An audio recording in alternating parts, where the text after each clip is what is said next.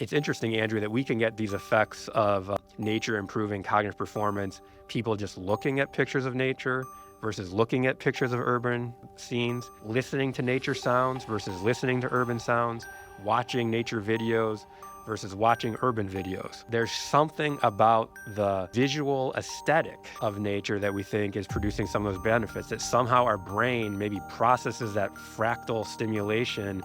in more efficient or easier ways than kind of what you were talking about, the 90-degree angled built environment that we've constructed.